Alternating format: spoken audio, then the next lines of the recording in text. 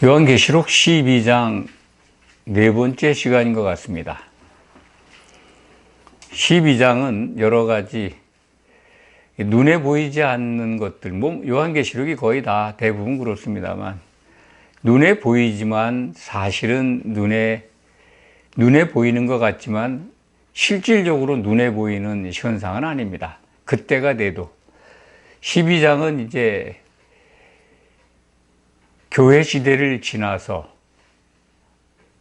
7년 환란까지 교황권 시대가 지난 다음에 이 교회에 다가오는 여러 가지 환경들, 그리고 이제 마지막 7년 환란 때의 모습을 우리에게 일러줍니다. 교회 시대 끝자락에 하늘에 전쟁이 있는 걸 우리는 살펴보았습니다. 그 전쟁이 끝나면 이제 7년 환란이 도래합니다. 용, 곧 옛뱀이라고 하고 마귀죠. 마귀가 하늘에서 미가엘과 그의 군대들, 천사들과의 싸움에서 이기지 못하고 땅으로 내쫓기는 장면을 우리가 지난 시간들에서 살펴보았습니다.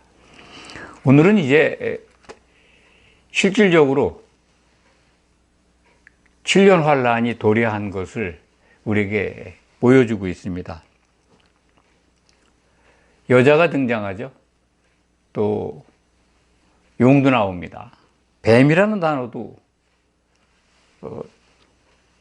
또 같이 나오고, 큰 독수리, 광야, 여자의 남은 자손, 바다 모래 위, 실질적으로 눈에 보이는 광경들이지만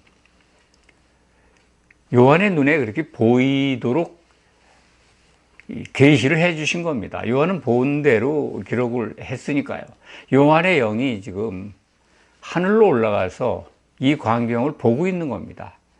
시공을 초월해서 보고 있는 광경이기 때문에 우리가 이 물리계에 사는, 몸을 가지고 있는 우리가 이거를 실질적으로 이것이 이렇게 나타날 거다. 우리가 이제 환란 때 가면은 교회 성도들이 이런 모습을 보게 될 거다라고 하는 일종의 착각 같은 걸 가질 수 있습니다.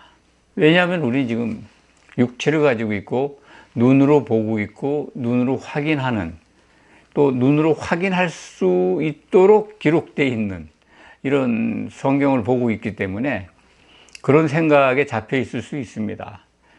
용이 나타날 거고, 뱀도 나타날 거고, 여자도 보일 거고, 또 교회가 안전지대로 피하는 광야도 실질적으로 있는 것 같고, 그런 생각을 가질 수밖에 없습니다.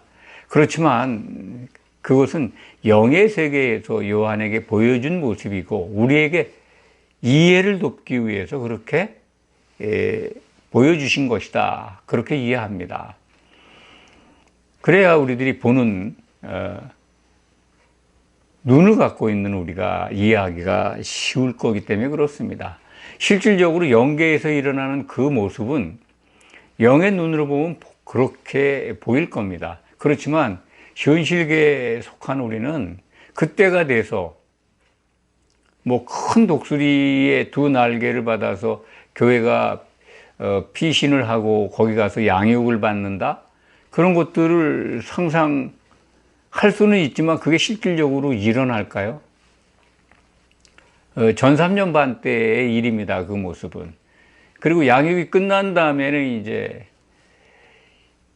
독수리의 두 날개라고 지칭되어 있는 이제 교회죠. 두 증인 교회가 실질적으로 한순간에 죽임을 당하는 거죠. 그래서 우리가 계시록을 대할 때 이 물리계에 속한 몸을 가지고 있는 육적인 상태에 있는 우리가 영계에서 일어나는 일을 이해할 때, 이건 영계에 속해 있는 상황이 영의 눈을 보고 있으면, 영의 눈으로 보면 보이는 거지만 우리 육안에는 이런 것들은 다 상징으로 표현된 것들이다. 그럼 올바른 모습은 무엇인가? 실질적으로 7년 환란이 도래하면 우리에게 어떤 모습들이 나타나는가, 그걸 더 주목해서 집중적으로 생각을 해야 합니다. 오늘 말씀에 보면 이제 용이 자기가 땅으로 내쫓긴 걸 보고 이 남자를 낳은 여자를 박해한다 이렇게 기록되어 있습니다. 용은 계시록 12장 9절에 옛뱀이다, 사탄이다, 마귀다, 온 땅을 꿰는 자다, 미혹하는 자죠 라고 정의가 나와 있습니다. 그래서 지난 시간에 용에 대한 설명은 드렸고요. 남자를 낳은 여자, 남자는 이제 7 아들이죠. 7 교회 중에 그 중에 이제 하늘로 휴거된 사내 아이는 빌라델피아 교회를 지칭한다라는 말씀을 드렸습니다. 여자는 눈에 보이지 않지만 영계의 눈으로 보면 보이는 것 같습니다. 영의 눈으로 보면. 요한의 눈에 그 여자가 보였던 거죠. 그 여자가 바로 모교회다. 7 교회를 낳은 모교회다. 그렇게 이해할 수밖에 없다. 라는 말씀을 드렸습니다. 이 여자를 이제 용이 하늘에서 쫓겨내려왔으니까 이제 분하죠. 분노가 이제 하늘을 찌르는 거죠. 화가 나서 그 사내 아이를 낳은 여자를 박해한다. 이 교회를, 7 교회를 박해하는데 한 교회는 이제 하나님 앞으로 들려 올라갔습니다. 휴거됐습니다. 빌라델피아 교회가. 그러니까 6 아들이 남아있죠. 6 교회가. 6 교회가 남아있는데 그 여자가 이제 스스로 양육을 하는 광경이 14절에 기록되어 있습니다. 그 여자가 모교회죠. 교회가 큰 독수리 2 날개를 받아 광야하고 자기 곳으로 날아가 거기서 그 뱀의 낯을 피하여 1 때와 2 때와 반 때를 양육받음에. 이 말씀 사실 참 난해합니다. 그렇지만 큰 독수리가 누구인가를 이해하면 광야에 가서 양육받는 게 무엇인가를 쉽게 이해할 수 있습니다. 큰 독수리 그러면 이제 하나님의 속한 4 짐승을 우리가 계시록 4장에서 살펴보았습니다. 보호자를 둘러있는 보호자의 4 생물이 있잖아요. 그 중에 독수리가 있습니다. 살아있는 독수리죠. 이 독수리는 구약 출애굽 당시에 출애굽기 19장 4절로 기억합니다. 출애굽기에 보면은 이제 이스라엘 백성들을 설명할 때 여호와 하나님께서 너희를 내가 애굽 땅에서 독수리의 날개로 이렇게 업어서 광야로 인도했다라고 하는 말씀이 기록되어 있는 것을 볼 수가 있습니다. 정확한 말씀은 제가 읽어드릴까요? 출애굽기 19장 4절입니다. 내가 이집트 사람들에게 행한 것과 또 내가 독수리 날개에 너희를 실어 내게로 데려온 것을 너희가 보았느니라. 내게로 데려왔다라는 말씀을 주목할 필요가 있습니다. 하나님이 독수리 날개를 업어가지고 자기에게로 데려왔다. 그러니까 이 광야라고 하는 것, 하나님께로 데리고 온 곳이 광야죠. 출애굽해서 도달한 것이 홍해를 건넌 다음에 광야입니다. 광야, 홍해를 건넌 다음에 그때부터 하나님은 이제 모세를 통해서 말씀을 선포하십니다. 말씀을 선포하시면서 성막을 지으라고 합니다. 이 성막이라는 게 하나님이 임재하신다는 거죠. 백성들과 함께 거하시는 공간이 이스라엘 백성 회중 가운데 이제 마련이 됩니다. 그 광야에 하나님의 말씀이 선포되는 곳, 그것이 오늘 계시록에 기록되어 있는 뱀의 낯을 피하여 광야, 자기 곳으로 날아가서 양육을 받는다. 그 기간이 이제 1 때와 2 때와 반 때다. 광야라고 하는 것은 하나님의 말씀이 선포되는 곳입니다. 용이 분노해가지고 지금 땅으로 내려왔어요. 교회로 들어와 있습니다. 교회에 들어와가지고 괴롭히려고 해요, 교회를. 그게 이제 지금은 전 3년 반 시간대입니다. 근데 전 3년 반 시간대는 7년 환란 중에 이렇게 하나님의 말씀이 선포되고 양육하는 기간이 되기 때문에 보호를 받습니다. 남은 자손들이. 그러니까 두 증인 교회를 통해서 하나님은 하나님의 말씀과 예수의 증거들을 선포하게 하십니다. 그래서 이제 보호받는 거죠. 이게 양육이라는 건 이제 말씀을 먹는다. 양육이라는 게 이제 키워진다는 거죠. 키운다는 뜻이죠. 이 교회가 뭘로 자랍니까? 하나님의 말씀을 먹으면 자라는 겁니다. 생존하는 거죠. 말씀이 끊어지면 죽는 겁니다. 그래서 이 양육이라는 거는 최소한의 남은 교회, 남은 자손들이 살 수 있도록 하나님께서 보호하신다. 그 기간이 한 때와 두 때와 반 때다. 어디에서? 광야에서. 하나님의 말씀이 선포되는 곳에서. 우리는 광야를 어딘가에서 찾으려고 할 수도 있습니다. 독수리가 어디로 데리고 갔을까? 그 여자를. 뭐 이렇게 구체적으로 그림을 그릴 수도 있습니다만 그런 건 좋습니다. 우리가 갖고 있는 한계이기 때문에 그렇습니다.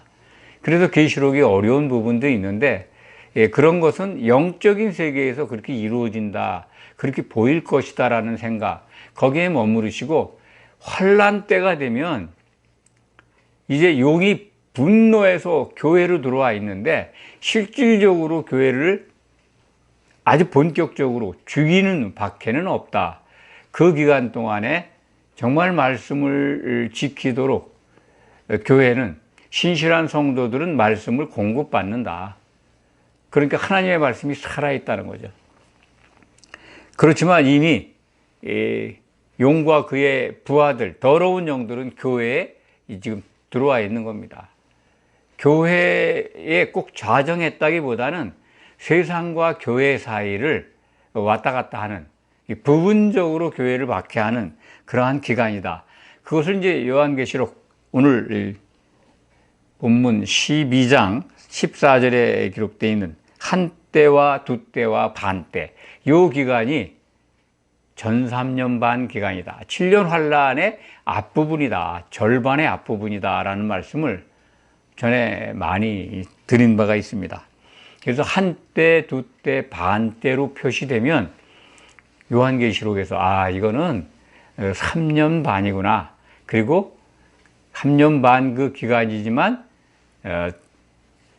전 3년 기간이구나. 7년 환란 가운데 절반의 앞부분이구나 하는 것을 기억하시기 바랍니다.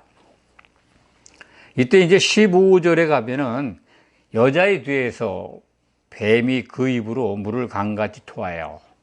이제 전 3년 반 기간이 지나갑니다. 지나가면서 후 3년 반이 도래하기 직전입니다. 그 뱀이 이제 용이죠. 용과 같은 단어입니다. 용이라고 표현했다, 뱀이라고 표현했다. 용은 박해를 하는데 실행하는 건 뱀이 해요. 뱀이 하거나 짐승이 하는 걸로 이렇게 13장에 가면 이제 짐승 통치 시대가 도래하는데 바다에서 올라오는 짐승, 땅에서 나오는 짐승, 이렇게 두 짐승이 통치를 하는데 나중에 이 땅에서 나오는, 교회에서 나오는 짐승은 거짓 선지자로 명칭이 바뀌게 됩니다. 이 뱀이 이제 입에서 물을 강같이 토합니다. 이게 이제 두 증인 교회가 죽는 장면입니다. 이게 순교당하는 장면인데 그냥 물을 토해서 한순간에 떠내려가는 거죠. 그 증인 노릇하던 6교회 가운데 4교회를 양육하고 있던 그 2교회의 성도들이 한 일시에 순교를 당하는 겁니다. 이 부분은 계시록 9장 15절에서 우리가 살펴보았습니다. 11장 7절에도 이 증언을 마칠 때, 두 증인 교회가 증언을 마칠 때에 죽임을 당하는 장면을 우리가 살펴보았고, 12장 오늘 15절에 그냥 물을 강같이 토해가지고 그냥 홍수에 휩쓸려 간다.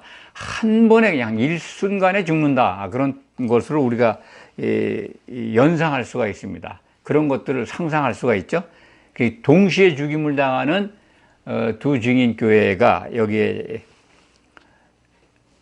해당되는 여자의 아들입니다. 그런데 이제 그때 땅이 뭐 실질적인 땅이죠. 여자를 도와서 그 입을 벌려 용의 입에서 토한 강물을 삼키니, 그래서 나머지 네 교회는 이제 살아남는 거죠. 이게 남은 자손입니다. 오늘 17절에 보면 용이 여자에게 분노하여 돌아가서 그 여자의 남은 자손, 곧 하나님의 계명을 지키며 예수의 증거를 가진 자들과 더불어 싸우려고 바다 모래 위에 서 있더라. 남은 자손이 이제 네 교회죠. 그 네 교회를 잠깐 말씀을 드리면, 먼저 두 증인 교회는 에베소 교회와 라오디게아 교회로 요한계시록에서 찾을 수 있습니다. 그 명칭, 그 교회 이름 속에 속한 성도들이죠. 그리고 이제 이 남은 자손은, 그러니까 세 교회가 이제 이 땅의 교회에서 사라졌습니다. 빌라델피아 교회는 휴거돼 있고, 7개 교회 중에 두 교회는 지금 순교를 당했습니다. 후 3년 반 도래하면서 바로 동시에 순교를 당하고 있습니다. 그럼 남은 자손이라고 하는 표현은 네 교회다. 그것은 서모나 보가모, 두아디라, 사대교회가 네 교회가 남은 자손입니다. 이 네 남은 자손들의 운명도 다릅니다. 환난 중에 순교당하는 교회 성도들이 있고, 환난을 통과해서 예수님이 오시는 것을 눈으로 목도하는 교회, 대부분 다 이제 바벨론 교회죠. 타락한 음료 교회화된 그런 교회가 남아서 예수님의 재림을 목도하게 됩니다. 그래서 이제 17절에 보면은 용이 여자에게 분노했다. 이제 분노한 시점이 후 3년 반이 이제 시작된 겁니다. 분노한 때, 요 분노에서 이제 교회를 박해하고 교회 성도들을 본격적으로 죽이는 그 광경이 계시록 13장에 기록되어 있습니다. 13장에 보면 이제 조금 전에 말씀을 드렸죠. 바다에서 올라오는 짐승, 교회에서 나오는 짐승, 두 짐승에 의해서 교회는 우리가 뭐 그냥 쉽게 말씀을 드리면 초토화가 되는 거죠. 믿음을 지키는 자들이 죽음 아니면 짐승에게 경배하는 상황, 뭐 그렇게 전개가 됩니다. 우리는 참 납득할 수가 없습니다. 이해할 수가 없습니다. 교회를 사랑하시는 하나님께서 왜 이러한 계획을 가지고 그것을 설정해 놓으셨고, 그것이 이루어지도록, 그 모든 과정이 이루어져야 예수님이 오시는 걸로 우리에게 미리 보여주신 계시록은 알려주고 있을까? 그 사실에 대해서 참 납득할 수 없지만, 그리고 받아들이기가 참 불편하지만 하나님이 정하신 계획입니다. 하나님이 뜻하신 겁니다. 이 요한계시록을 주신 목적은 이기는 자 되라고 하는 것, 그 계시록의 테마를 늘 말씀을 드립니다. 그러면 계시록을 통해서 보면 예수님의 일정을 끝까지 봐야 되겠다. 그걸 끝까지 주목해서 보아야 잘 준비할 수 있구나. 그것이 이기는 자의 조건입니다. 이기는 자가 돼야 하나님이 예비하신 모든 영광을 받습니다. 최종적으로 계시록 21장 7절에 가면 이기는 자는 이것들을 유업으로, 상속으로 받는다. 그 중에 핵심적인 게 그는 내 아들이 되고 나는 그의 하나님이 된다는 거죠. 그게 우리가 믿음의 목표입니다. 계시록이 어렵다고 생각합니다. 모두에 말씀드린 바와 같이 그렇게 영적 공간에서 일어나는 일들에 대한 기록이기 때문에 그렇습니다. 실질적으로 우리가 몸을 입고 있는데, 육안으로 보고 있는데, 육안으로 보이지 않는 일들을 우리에게 계시로 보여주면서 이것은 반드시 일어날 일이다 라고 하는 것을 말씀하고 있기 때문에 그 접목하는 과정이 어려울 수는 있습니다. 그렇지만 실질적으로 후 3년반 때가 되고 그 전에 뭐 교회 시대 또 전 3년반 때 일어나는 여러 가지 일들이 우리 눈안 육안으로는 보이지 않지만 영의 눈으로 보면 반드시 그렇게 일어날 것이다. 이런 걸 확신하시기 바랍니다. 납득이 안 돼도. 왜? 하나님이 주신 예언의 말씀이기 때문에, 그리스도께서 우리에게 주신 계시의 예언이기 때문에 그렇습니다. 이건 반드시 이루어진다는 겁니다. 납득이 안 가더라도 실질적으로 용의 모습을 볼 수 있습니까? 뱀이 나타나겠습니까? 또 광야라고 하는 교회가 피해 있는 공간을 우리가 눈으로 확인할 수 있겠습니까? 그렇지만 영의 눈으로 볼 때는 그러한 현상들이 나타나는구나. 교회를 박해하는 자의 그 뒤에서 박해하는 자의 우두머리가 누군가? 아, 그건 용이구나. 그것도 큰 붉은 용이구나. 저게 마귀구나. 사탄이구나 하는 것. 영의 눈으로 보면 보인다는 거죠. 그렇지만 우리들이 그런 것들을 그때가 돼도 잘 실질적으로 체험하는 사람은 거의 없을 겁니다. 왜냐하면 육신을 입고 있기 때문에 그렇습니다.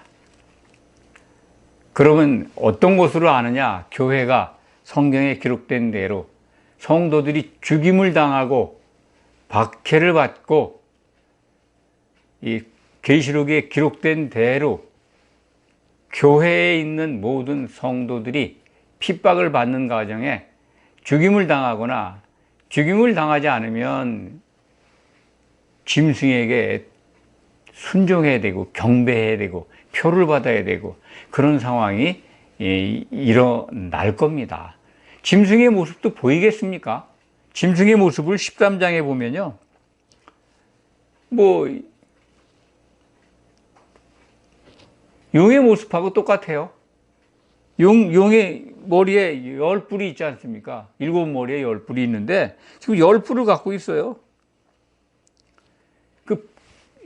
짐승의 모습에는 이제 표범 같다, 뭐 이렇게 뭐 곰 나오고 그 다음에 사자의 입 가지고 있고 이런 모습을 갖고 있는데, 용은 이제 그런 모습은 아니고 큰 붉은 용이라고 12장 9절에 지난 시간에 살펴본 말씀에 그렇게 기록되어 있고, 짐승의 모습은 13장에 가면은 13장 1절 2절에 보면은 짐승의 모습이 유사하죠.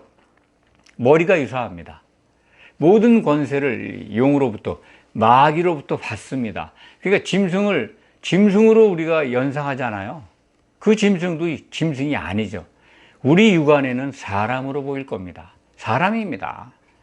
사람이 나타나서 세상에서 큰 아주 그 용의 권세를 받은 굉장한 능력을 가진 사람이 나타나서 세상과 뭐 교회를 완전히 초토화시킬 겁니다.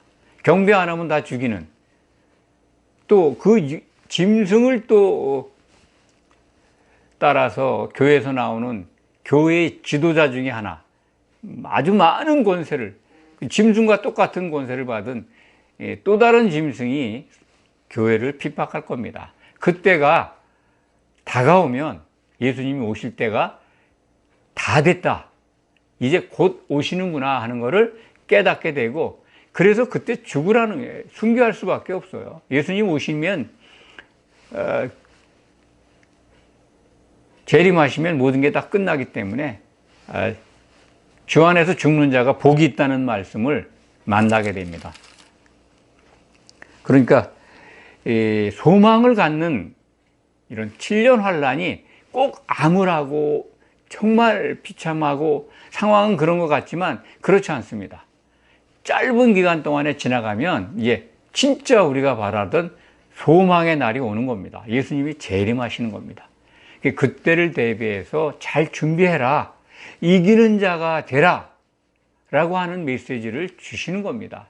계시록이 어려울 수 있지만은 이렇게 소망의 메시지를 받으면 재미있고 또 늘 주목해서 보고 책임질하는 그러한 참 꼭 봐야 될 하나님의 말씀인 것을 알게 됩니다. 기도하겠습니다. 아버지 하나님 감사합니다. 우리에게 소망의 메시지를 주셔서 감사합니다. 비록 과정은 참으로 상상하기 힘들고 안타까운 일들이 일어나지만 이기는 자 되기를 원하시는 아버지의 크신 사랑의 마음을 받습니다.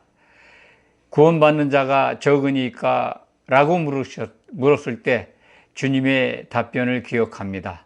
좁은 문으로 들어가기를 힘쓰라, 찾는 이가 적다라고 하는 말씀을 명심합니다. 우리에게 주신 그 놀라운 복을 이 말씀을 듣는 모든 성도들이 받고 누리게 도와주시옵소서. 예수님의 이름으로 기도하옵나이다. 아멘.